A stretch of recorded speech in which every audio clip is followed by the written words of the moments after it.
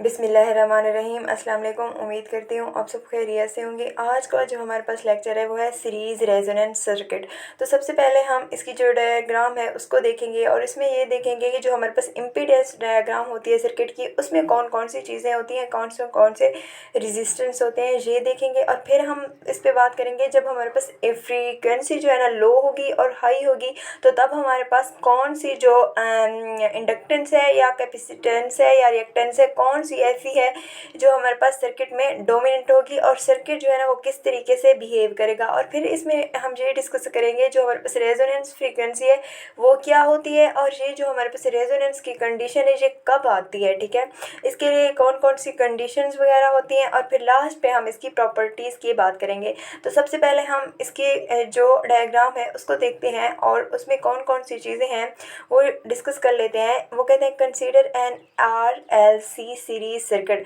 यहाँ पे हमारे पास वगैरह RLC सीरीज यानी कि जिसमें क्या होगा, रेजिस्टेंस होगी, L से मुराद इंडक्टेंस होगी और C से मुराद कैपेसिटेंस होगी। ऐसा सर्किट जिसमें ये तीन चीज़ें हमारे पास होंगी, AC वोल्टेज सोर्स के साथ अटैच होंगी सीरीज़ में, वो कौन सी होंगी, R होगा, L और C। ये तीनों चीज़ें हमारे पास सीरीज़ में जुड़ी होंगी किस चीज़ के साथ, जो हमारे पास अल्टरनेट सोर्स है वोल्टेज का उसके साथ, ठीक है।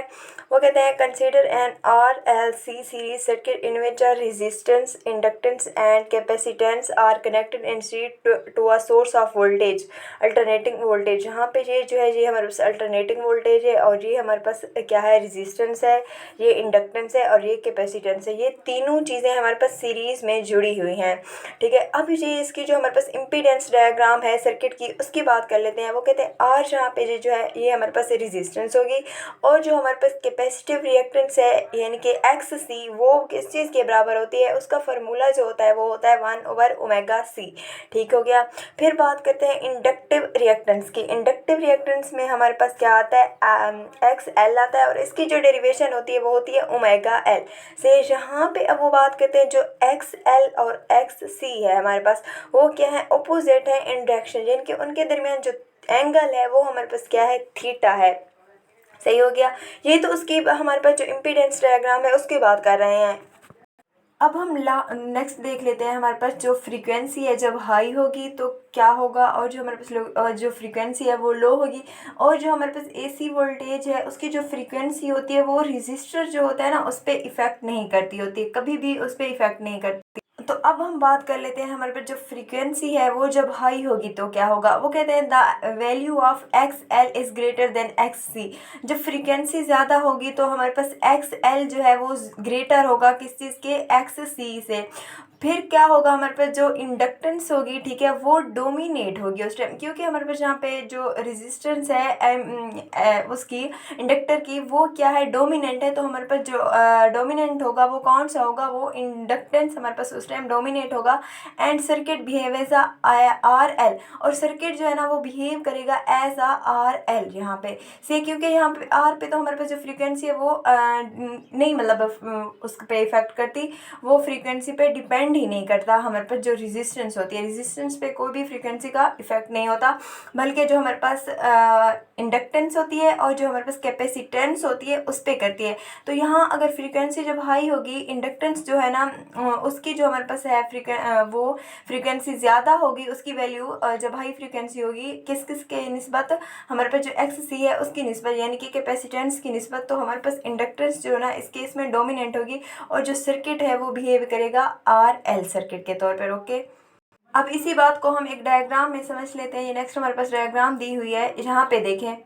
अब अगर फ्रीक्वेंसी की बात करें, जो हमारे पास इंडक्टेंस होती है और जो हमारे पास कैपेसिटेंस होती है वो किस तरीके से जो फ्रीक्वेंसी होती है उस पर डिपेंड करती होती है। हमारे पास उनके फार्मूलाज हैं। XC बराबर होता है हमारे पास 1/ω, और ओमेगा किस चीज़ के बराबर होता है, 1/2πf, यानी कि हमारे पास XC जो है उसके वो इन्वर्स रिलेशन रखता है किसके साथ, फ्रीक्वेंसी के साथ। अगर फ्रीक्वेंसी ज़्यादा होगी हमारे पास तो जो इंडक्टेंस है, सॉरी कैपेसिटेंस है, वो हमारे पास कम होगी उस टाइम। सही हो गया। ये तो बात हो गई हमारे पास कैपेसिटेंस की। अब हम बात कर लेते हैं जब हमारे पास इंडक्टेंस होगा तो उस केस में हमारे पास क्या होगी। इंडक्टेंस के लिए हमारे पास फार्मूला होता है X L is equal to, वो बराबर होता है ओमेगा एल के। सही है। यहाँ पे ओमेगा जो होता है वो हमारे पास 2 पाई एफ के बराबर होता है, यानी कि यहाँ पे जो एक्स एल है वो उसका रिलेशन जो है ना फ्रीक्वेंसी के साथ, वो डायरेक्ट रिलेशन है। अगर फ्रीक्वेंसी हमारे पास हाई हो रही है तो जो हमारे पास इंडक्टेंस होगी वो भी उस टाइम पे हाई होगी। तो वही बात उस पे कर रहे हैं, जब हाई फ्रीक्वेंसी की बात कर रहे हैं तो वही बात हुई थी कि हमारे पास जो फ्रीक्वेंसी हाई होगी, यानी कि जब हमारे पास फ्रीक्वेंसी हो गई हाई तो हमारे पास जो एक्स एल है वो क्या होगा, वो उस टाइम डोमिनेट होगा। क्यों? क्योंकि उसका फ्रीक्वेंसी के साथ डायरेक्ट रिलेशन है, जबकि जो हमारे पास एक्स सी है उसका फ्रीक्वेंसी के साथ इन्वर्स रिलेशन है। ये ज़्यादा होगी तो ये कम होगी। अब लेकिन ये जब ज़्यादा होगी तो ये फिर ज़्यादा होगी हमारे पास, ठीक है, ये कम होगी, सॉरी। तो जब हमारे पास फ्रीक्वेंसी हाई की बात कर रहे थे तो उस केस में वो क्या कह रहे थे, जो हमारे पास एक्स एल है वो भी ज़्यादा था, वही बात उन्होंने की थी। जो वह हमारे पास फ्रीक्वेंसी हाई होगी, एक्स एल जी की जो वैल्यू है वो ज़्यादा होगी हमारे पास बानिस्बत किस चीज़ के, एक्स सी के। क्योंकि फ्रीक्वेंसी जब हाई है उस टाइम तो ये तो हमारे पास लो हो जाएगी ना, कम हो जाएगी इसकी वैल्यू। तो एक्स एल की वैल्यू हमारे पास एक्स सी से ज़्यादा होगी। तो हमारे पास इस केस में कौन डोमिनेट होगा, इस केस में हमारे पास जो डोमिनेट होगा वो होगी इंडक्टेंस। क्योंकि इंडक्टेंस ज़्यादा है तो ज़्यादा जो चीज़ होती है जो स्ट्रांग होती है, जिसकी वैल्यू ज़्यादा वो डोमिनेंट होती है। तो इस केस में जो इंडक्टेंस है वो डोमिनेट होगी और सर्किट बिहेव करेगा एज आर एल के तौर पर। वो ऐसे समझेगा यहाँ पे जो कैपेसिटेंस है वो प्रेजेंट ही नहीं है, मुकम्मल तौर पर जो हमारे पास कैपेसिटेंस है उसको इग्नोर कर दिया जाएगा। अब फिर बात कर लेते हैं जब हमारे पास फ्रीक्वेंसी जो है ना लो होगी तो तब क्या होगा, ठीक है। तब देख लेते हैं, वही इस तरीके से जो रिलेशन पढ़ा था उसी को सामने रख लेते हैं। एक्स सी का हमारे पास रिलेशन जो होता है वो होता है इनवर्स, ठीक है, इनवर्स होता है फ्रीक्वेंसी के साथ। और जो सॉरी एक्स एल होता है उसके साथ जो फ्रीक्वेंसी का रिलेशन है वो डायरेक्ट रिलेशन होता है हमारे पास, ठीक है।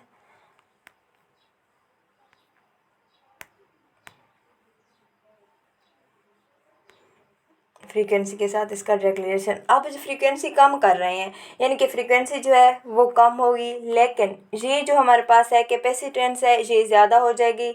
अब फ्रीक्वेंसी कम हो रही है तो यहाँ पे ये भी हमारे पास कम होगी, इंडक्टेंस भी कम होगी।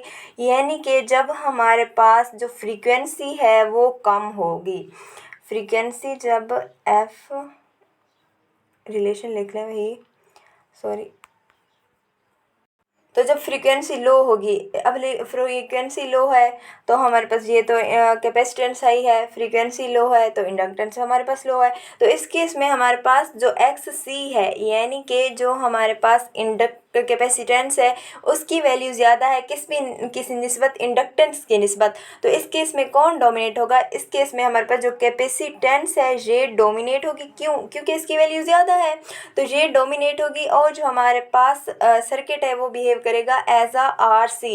ये आर दोनों में क्यों आ रहा है? क्योंकि फ्रीक्वेंसी जो होती है ना वोल्टेज, एसी वोल्टेज की, वो इफेक्ट नहीं करती रेजिस्टेंस पे, ठीक है। और रेजिस्टर की जो रेजिस्टेंस होती है उस पर कभी भी वो इफेक्ट नहीं कर सकती, वो इन दोनों पे इफेक्ट करती है, इंडक्टेंस पे भी इफेक्ट करती है और जो रिएक्टेंस होता है सॉरी इंडक्टेंस और कैपेसिटेंस पे इफेक्ट करती है, रिएक्टेंस पे कभी भी नहीं करती। तो रिएक्टेंस दोनों में के केस में रहेगा, लेकिन जब हमारे पास इंडक्टेंस डोमिनेंस होगी तो सर्किट बिहेव करेगा आर एल के तौर पर, और जो हमारे पास कैपेसिटेंस है वो जब डोमिनेट होगा तो सर्किट बिहेव करेगा एज आ आर सी के तौर पर। ओके हो गया। उम्मीद है ये पॉइंट जो फ्रीक्वेंसी वाली बात है ये आप लोगों को समझ आ गई होगी। अब हम नेक्स्ट पे देख लेते हैं, ये लो फ्रीक्वेंसी में वही बात कर रहे हैं जो हम डिस्कस कर चुके हैं। एक्स सी की वैल्यू जब ज़्यादा होगी, जब फ्रीक्वेंसी हमारे पास लो होगी एक्स एल से, तो हमारे पास जो सर्किट है वो बिहेव करेगा एस आर सी। ओके हो गया। अब हम नेक्स्ट देख लेते हैं। पहले तो हमने बात की थी हमारे पास जो लो फ्रीक्वेंसी है तब क्या होगा और हाई फ्रीक्वेंसी हो तब क्या होगा। अब हम देख लेते हैं कि हमारे पास जो रेजोनेंस है वो क्या होती है और कौन सी ऐसी फ्रीक्वेंसी है जब हमारे पास रेजोनेंस की कंडीशन पूरी हो जाती है तो हमारे पास रेजोनेंस अक्कर होती है। तो ऐसी कौन सी फ्रीक्वेंसी होगी, कब फ्रीक्वेंसी इंक्रीज करनी होगी या डिक्रीज़ करनी होगी ताकि हमारे पास जो रेजोनेंस है वो अचीव हो जाए। तो अब हमारे पास वो कहते हैं in between these frequencies there will be a certain value of frequency omega R at which X L बराबर है एक्स सी। अब पहले तो हम बात कर रहे थे जब फ्रीक्वेंसी हाई होगी हमारे पास, ठीक है, फ्रीक्वेंसी जब है हाई, ये रिलेशन जहाँ भी उनके लिख लेते हैं एक्स एल और एक्स सी के साथ एल के साथ रिलेशन, ठीक है। इसके साथ फ्रीक्वेंसी का डायरेक्ट रिलेशन है और इसके साथ फ्रीक्वेंसी का रिलेशन इन्वर्स हो गया। तो जब हमारे पास जो फ्रीक्वेंसी थी वो हाई थी, फ्रीक्वेंसी इस केस में हाई है तो ये लो होगी, और ये हमारे पास हाई है तो ये लो हो जाएगी। अब जब उनका डायग्राम उनकी बना के देखें तो जब ये जो होती है आर ये हमारे पास रेफरेंस लाइन है क्योंकि इस पे फ्रीक्वेंसी इफ़ेक्ट नहीं करती। अब बात कर लेते हैं जब हमारे पास एक्स सी यहाँ पे डिक्रीज़ हो रही है तो क्या करेंगे, ये हमारे पास यहाँ पे डिक्रीज़ हो रही है तो यहाँ पे लिखेंगे। लेकिन जब हमारे पास एक्स एल है वो इंक्रीज़ हो रही है तो उसको ना हम थोड़ा सा बड़ा करके लिखते हैं, वो इंक्रीज़ कर रही है एक्स एल, सही है। और एक्स सी ये कब कर रही है, जब फ्रीक्वेंसी जो है ना हाई है। अब बात कर लेते हैं जब लो फ्रीक्वेंसी होगी तब क्या होगा, ठीक है, लो फ्रीक्वेंसी के केस में। अब फ्रीक्वेंसी जहाँ पे लो हो रही है और यहाँ भी लो हो रही है, लेकिन ये इंक्रीज़ करेगी लेकिन ये डिक्रीज़ करेगी। तो अब वही सेम डायग्राम देख लेते हैं। आर को क्या करते हैं हम, ये जो रिएक्टेंस है इसको हम रेफरेंस के तौर पर रख लेते हैं क्योंकि ये चेंज नहीं होती, ये सेम रहती है, ठीक है। लेकिन जहाँ पे अब फ्रीक्वेंसी जो है ना हमारे पास लो हो रही थी, फ्रीक्वेंसी जब लो हो रही थी तो हमारे पास जो एक्स सी है वो हाई हो रही थी, ठीक है। एक्स सी की अब वैल्यू क्या करते हैं, बढ़ा देते हैं, ये एक्स सी है हमारे पास। लेकिन जो एक्स एल है वो कम थी तो उसको हम थोड़ा सा ऐसे कम उसकी बना लेते हैं एक्स एल की। लेकिन अब हमने क्या करना है, हमने ऐसी कंडीशन लानी है कि हमारे पास जो रेजोनेंस है उसका प्रोसेस हो जाए। तो उसके लिए हमें क्या करना होगा, मिसाल के तौर पर अगर फ्रीक्वेंसी हमारे पास लो है तो उसको हम इंक्रीज़ करते जाएं फ्रीक्वेंसी को, ठीक है। ऐसे अब थोड़ी सी फ्रीक्वेंसी हम इंक्रीज़ करेंगे तो हमारे पास क्या होगा, जो हमारे पास फ्रीक्वेंसी के इंक्रीज़ करने से, ठीक है, जो एक्स एस सी है वो क्या करेगी, वो डिक्रीज़ हो जाएगी और जो हमारे पास एक्स एल है वो इंक्रीज़ होती जाएगी। इस तरह करते करते फिर थोड़ी फ्रीक्वेंसी इंक्रीज़ करेंगे, फिर यही प्रोसेस होगा, फिर थोड़ी फ्रीक्वेंसी हम इंक्रीज़ करेंगे तो एक ऐसा प्रोसेस आएगा जिसमें हमारे पास दोनों जो है ना उनकी वैल्यूज़ बराबर आ जाएंगी। एक्स एल और जो एक्स सी है वो दोनों एक दूसरे के बराबर आ जाएंगे। एक ऐसी फ्रीक्वेंसी होगी जब हम ऐसा ऐसा फ्रीक्वेंसी जो है ना बढ़ाते जाएंगे, ठीक है। उसको एक डायग्राम की मदद से भी हम समझ लेते हैं। जहाँ पे ये हमारे पास रेफरेंस हो गया आर। अब ये फ्रीक्वेंसी है हमारे पास उसकी लो है, किसकी भला, जो हमारे पास एक्स सी है, और जो हमारे पास एक्स एल है उसकी फ्रीक्वेंसी ज़्यादा है। अब हमने फ्रीक्वेंसी मज़ीद बढ़ाई है, ठीक है, तो क्या होगा, हमारे पास फ्रीक्वेंसी अब हमारे पास पहले लो थी, ठीक है, तो हमारे पास ये जो है फ्रीक्वेंसी जब लो होगी तो इंडक्टेंस जो है ना वो हमारे पास कम होगी। तो एक्स एल जो है ना हमारे पास कम थी और एक्स सी हमारे पास ज़्यादा थी क्योंकि इसके साथ ना इन्वर्स रिलेशन है। अब फ्रीक्वेंसी हमने थोड़ी सी और बढ़ाई, जब फ्रीक्वेंसी हमने थोड़ी सी मज़ीद बढ़ाई तो हमारे पास क्या होगा, फ्रीक्वेंसी के मज़ीद बढ़ाने से जब फ्रीक्वेंसी बढ़ती है तो हमारे पास क्या होता है, हमारे पास जो एक्स एल है वो मज़ीद बढ़ जाती है क्योंकि डायरेक्ट रिलेशन है ना, फ्रीक्वेंसी बढ़ी और एक्स एल भी बढ़ा। लेकिन इसके साथ तो इन्वर्स रिलेशन है, ये फिर हमारे पास थोड़ी सी डिक्रीज़ हो जाएगी, ठीक है। पहले ये ज़्यादा थी जब हमारे पास फ्रीक्वेंसी लो थी, लेकिन फिर हमने फ्रीक्वेंसी बढ़ा दी तो ये हमारे पास क्या होगी, डिक्रीज़ होगी। एक ऐसा टाइम आएगा कि जब दोनों जो है ना इक्वल हो जाएंगी एक दूसरे के, तो वो जो कंडीशन होगी एक ऐसी फ्रीक्वेंसी होगी जब हमारे पास दोनों बराबर हो जाएंगी एक्स सी और एक्स एल। तो उस कंडीशन पे हमारे पास वो जो कंडीशन होगी उसको हम कहेंगे ये रेजोनेंस है, ठीक है, कंडीशन ऑफ रेजोनेंस है। और वो जो फ्रीक्वेंसी होगी एक मखसूस फ्रीक्वेंसी, जिस फ्रीक्वेंसी पे दोनों की वैल्यू बराबर आ जाएगी वो क्या कहलाएगी, वो हमारे पास होगी रेजोनेंस फ्रीक्वेंसी। ठीक हो गया। अब यहाँ पे वो क्या कहते हैं यही देख लेते हैं। अब पहले हमने यही बात की है जब एक्स सी और एक्स एल जो है ना वो बराबर होंगे, this is called the condition of resonance. वही बात हो गई, उस कंडीशन को हम कंडीशन ऑफ रेजोनेंस कहते हैं। और वो वाली फ्रीक्वेंसी जिस पे हमारे पास ये रेजोनेंस की कंडीशन अचीव होती है, हासिल होती है, जिसमें एक्स सी और एक्स एल की वैल्यू बराबर आ जाती हैं, तो वो हमारे पास कंडीशन फ्रीक्वेंसी होती है रेजोनेंस फ्रीक्वेंसी। ठीक हो गया।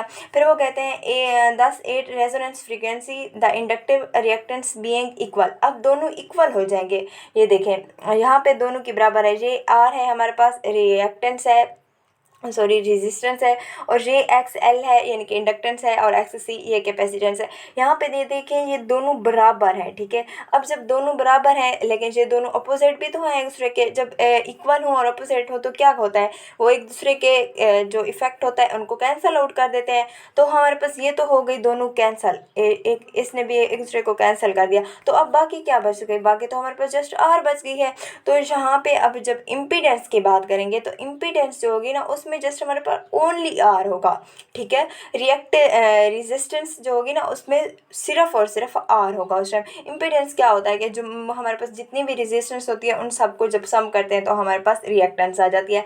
लेकिन जब ये दोनों एक दूसरे को कैंसिल कर देंगी तो बाकी तो नहीं बचेंगी ना, वो ज़ीरो हो जाएंगी, क्योंकि उन्होंने मिकदार में बराबर थी, इक्वल थी, लेकिन अपोजिट थी तो एक दूसरे को कैंसिल कर दिया और बाकी जस्ट हमारे पास रेजिस्टेंस बन गई। तो हमारे पास जो इम्पीडेंस की बात जब यहाँ करेंगे, अगर कोई पूछेगा कि इम्पीडेंस इस केस में क्या होगी, हम कहेंगे जस्ट उसमें रेजिस्टेंस होगा। क्यों होगा, क्योंकि उन दोनों ने तो कैंसिल कर दिया एक दूसरे को। तो हमारे पास यहाँ पे डायग्राम सी में रेजिस्टेंस आप लोगों को जस्ट नज़र आ रही होगी, यही जो है इम्पीडेंस डायग्राम है। अब कैलकुलेशन भी करके देख लेते हैं इसकी फ्रीक्वेंसी को फाइंड आउट करने के लिए। हमारे पास एक्स एल और एक्स सी दोनों को कर दिया है बराबर। ठीक है, एक मखसूस कंडीशन थी जिसमें ये दोनों बराबर आ गई हैं।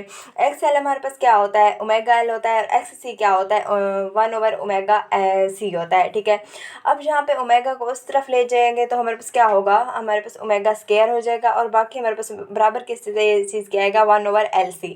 ठीक है, एल को हम इस तरफ ले आएंगे तो हमारे पास ओमेगा स्केयर को ख़त्म करने के लिए क्या करेंगे, हम अंडर रूट लेंगे, इस तरफ भी इस तरफ भी। जब दोनों तरफ हम अंडर रूट लेंगे तो ये अंडर रूट इसके साथ कैंसिल हो जाएगा और इसका अंडर रूट हमारे पास बच जाएगा। ठीक है, इस में देखें क्वेश्चन में। अब हमारे पास जो ओमेगा है उसकी वैल्यू क्या होती है, 2 पाई होती है, तो उसकी वैल्यू हमने लिख दी 2 पाई बराबर है 1/LC। अब हमने रेजोनेंस फ्रीक्वेंसी फाइंड आउट करनी है, आर से मुराद रेजोनेंस है। ठीक है, ये जो स्मॉल आर है फ्रीक्वेंसी से के साथ, तो ये हमारे पास रेजोनेंस फ्रीक्वेंसी हमने फाइंड आउट करनी है। तो हम क्या करेंगे, 2 पाई को उस तरफ ले जाएंगे तो हमारे पास क्या आएगा, हमारे पास आएगा FR = 1/2 पाई LC अंडर रूट।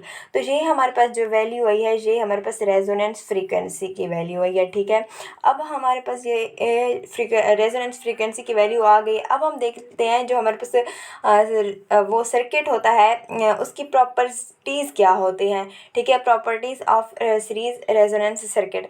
वो कहते हैं the resonance frequency is given by, वही बात होगी, फिर रेजोनेंस फ्रीक्वेंसी हमने फाइंड आउट कर ली थी, वो हमारे पास किस चीज़ के बराबर है, रेजोनेंस फ्रीक्वेंसी = 1/2 पाई LC। फिर वो बात करते हैं the impedance of the circuit 8 resonance is resistance. वही बात हो गई, दोनों ने क्या एक दूसरे को कैंसिल इफेक्ट को कैंसिल कर दिया, तो हमारे पास जस्ट क्या बच गई, हमारे पास जस्ट रेजिस्टेंस बच गई। तो इम्पीडेंस जो है ना उसका वो हमारे पास उस टाइम क्या होगा, जस्ट रेजिस्टिव होगा। फिर वो बात करते हैं so the current and voltage are in phase. अब हमारे पास हमने रेजिस्टर्स के केस में देखा था जो हमारे पास करंट और वोल्टेज होते हैं वो दोनों इन फेज होते हैं। ठीक है, यानी कि उनके दरमियान जो एंगल होता है वो हमारे पास 0 होता है। वही बात कर रहे हैं and the power factor is cos theta is 1। अब यहाँ कॉस थीटा है उसको हम कहते हैं, ये हमारे पास पावर फैक्टर है, ये हमारे पास वो कहते हैं 1 के बराबर हो जाएगा। अब कॉस हम यहाँ पे 0 हो गया ना, इनके दरमियान जो एंगल है कॉस 0 निकालें तो 1 होता है, तो उनका पावर फैक्टर हमारे पास क्या होगा, 1 होगा। सही है, वो फिर कहते हैं the impedance of the circuit is minimum 8 resonance frequency and it is equal to R. यहाँ पे हमारे पास जो इम्पीडेंस है ना सर्किट की वो मैक्सिमम होगी जब हमारे पास रेजोनेंस फ्रीक्वेंसी होगी, और बराबर किस चीज़ की होगी, आर के। पहले भी डिस्कस कर चुके हैं, आर उसमें जस्ट क्यों होगा कि दोनों को कैंसिल कर दिया है, और उस टाइम हमारे पास इम्पीडेंस जो है ना वो मिनिमम हो गई, क्योंकि 2 तो कैंसिल हो गई, अब इम्पीडेंस कम रह जाएगी। जाहिर सी बात है, जब करंट पास आउट हो रहा था तो पहले उसमें 3 रेजिस्टेंस थी। ठीक है, उसको ज़्यादा रेजिस्टेंस का सामना करना पड़ रहा था, अपनी ज़्यादा वो पावर लॉस करनी पड़ रही थी, लेकिन अब तो हमारे पास जस्ट आर रह गई है, 2 तो कैंसिल हो रही हैं गई हैं, एक दूसरे के इफेक्ट को कैंसिल कर दिया है, तो जाहिर सी बात है इम्पीडेंस उस केस में हमारे पास कम होगी और हमारे पास बराबर किसकी होगी, आर के होगी, क्योंकि उसमें हमारे पास जस्ट रेजिस्टेंस ही होगी, बाकी बाकी दो जो इंडक्टेंस है और कैपेसिटेंस है नहीं होगी। फिर वो कहते हैं if the amplitude of the voltage source is constant. अब जो वोल्टेज सोर्स है उसका अगर एम्पलीट्यूड कांस्टेंट भी रहे तो जो करंट होगा वो मैक्सिमम होगा रेजोनेंस फ्रीक्वेंसी पे। क्यों मैक्सिमम होगा? क्योंकि हमारे पास जो दो रेजिस्टेंस थी वो तो कैंसिल हो रही हैं, तो करंट ज़ाहिर सी बात है अब मैक्सिमम हो जाएगा ना पहले की निस्बत। जब रेजोनेंस फ्रीक्वेंसी होगी वो तब होती है ना जब हमारे पास दो जो होती हैं एक दूसरे को कैंसिल आउट कर देते हैं। तो अब करंट जो है ना उसको कम रेजिस्टेंस का सामना करना पड़ रहा है, तो करंट उस टाइम क्या होगा? हमारे पास मैक्सिमम होगा। और उसकी जो वैल्यू है वो किस चीज़ के बराबर होगी? Voltage over R. यहाँ पे आर हमारे पास क्या है? रेजिस्टेंस है। The variation of current with the frequency. अब हमारे पास जो करंट होता है उसमें वेरिएशन आती है फ्रीक्वेंसी के साथ साथ। ओके, फिर वो कहते हैं एट रेजोनेंस, ठीक है, L C the voltage sorry V L यानी कि वोल्टेज जो है एल की the voltage drop across inductance and V C the voltage drop across capacitance. यानी कि हमारे पास जो वी एल है और वी सी यानी कि वोल्टेज जो इंडक्टेंस के अक्रॉस है और जो हमारे पास वोल्टेज कैपेसिटेंस के अक्रॉस है वो लार्जर होगी किसकी निस्बत? वोल्टेज जो हमारे पास सोर्स होगा उसकी निस्बत। ये दोनों जो हमारे पास होती है इंडक्टेंस और इंडक्टर जो और कैपेसिटर होता है इनमें सलाहियत होती है ये दोनों जो पावर है उसको स्टोर कर लेती हैं, वोल्टेज कर देती हैं, वोल्टेज को स्टोर कर लेती हैं। जब उन्होंने स्टोर कर लिया है तो फिर वो क्या करेंगी? वो उनको मतलब ज़्यादा ड्रॉप करना लग जाएंगी सोर्स की निस्बत, क्योंकि उनके पास पहले ही हमारे पास वो हो चुकी है, स्टोर हो चुकी है। ये एक क्वार्टर में स्टोर करती हैं तो फिर नेक्स्ट में भेज देती हैं। तो जब ये ड्रॉप करने लगेंगी वोल्टेज तो मतलब जितनी भी उनके पास होगी वो कर देंगी, जो उनकी अपनी पावर उनके पास स्टोर हो चुकी होगी। ठीक है, आज का जो लेक्चर था वो हमारे पास यहीं पर तक था। Thank you for watching. अल्लाह हाफिज़। फिर मिलेंगे नेक्स्ट लेक्चर के साथ इंशाल्लाह।